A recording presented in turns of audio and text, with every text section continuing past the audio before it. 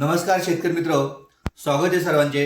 शेतकरी मित्रांनो, आज आहे 3 जानेवारी 2026।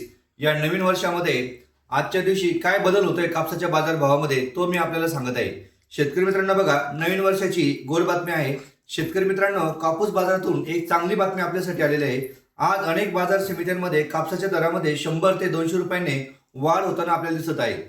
शेतकरी मित्रांनो, सध्या सरासरी बाजारभाव 7,700 ते 8,000 रुपयापर्यंत पोहोचला आहे। पण ही अचानक वाढ का झाली, याचे मुख्य कारण काय आहे? सरकारने आपल्या आयात धोरणात केलेला बदल मुख्य आहे।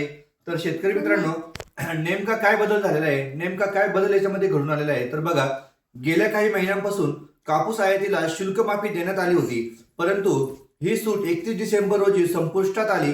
सरकारने ही सवलत वाढवली नसल्यामुळे 1 जानेवारी पासून कापूस आयातीवर पुन्हा 11% आयात शुल्क लागू करण्यात आले। आयात केलेला कापूस महाग झाल्यामुळे देशांतर्गत कापसाची मागणी स्वाभाविकपणे वाढलेली आहे आणि त्याच्या किमतीमध्ये सुधारणा आपल्याला दिसून येत आहे। तर शेतकरी मित्रांनो,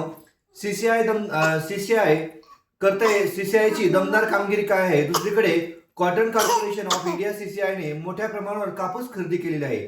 आतापर्यंत सीसीआयने तब्बल 62 लाख गाठी कापसाची खरेदी केली आहे आणि बाजारात येणाऱ्या कापसापैकी निम्म्याहून अधिक कापूस सीसीआय खरेदी करत असल्याने खुल्या बाजारात तुटवडा जाणवत आहे। आणि शिवाय आयात केलेल्या कापूस महाग झाल्यामुळे स्थानिक व्यापाऱ्यांसमोर देशांतर्गत कापसावर अवलंबून राहिल्याशिवाय पर्याय राहिलेला नाहीये। तर शेतकरी मित्रांनो, आपण बघूयात की नेमकं कापसाच्या भावामध्ये बदल काय झालेला आहे। आपण महाराष्ट्रामधील प्रमुख बाजारपेठा म्हणजे भद्रावतीमध्ये आजच्या रोजी काय कापसाचा बदल झालेला आहे? तर भद्रावतीमध्ये 8,010 रुपये प्रति क्विंटल हा कापूस गेलेला आहे। शेतकरी मित्रांनो, शेतकऱ्यांसाठी महत्त्वाचा सल्ला काय आहे? तर विक्री करण्यापूर्वी स्थानिक बाजार समितीमधील आजचा बाजारभाव नक्की आपण तपासला पाहिजे। शेतकरी मित्रांनो, जर आपण कापूस बाजारामध्ये जर विकत असाल तर अगोदर आपण त्या स्थानिक बाजारामध्ये त्या ठिकाणी रेट काय चालू आहे त्याबद्दलची आपण माहिती घेतली पाहिजे आणि जास्त आवक असलेल्या दिवशी विक्री करायची आपण शक्यतो टाळलं पाहिजे।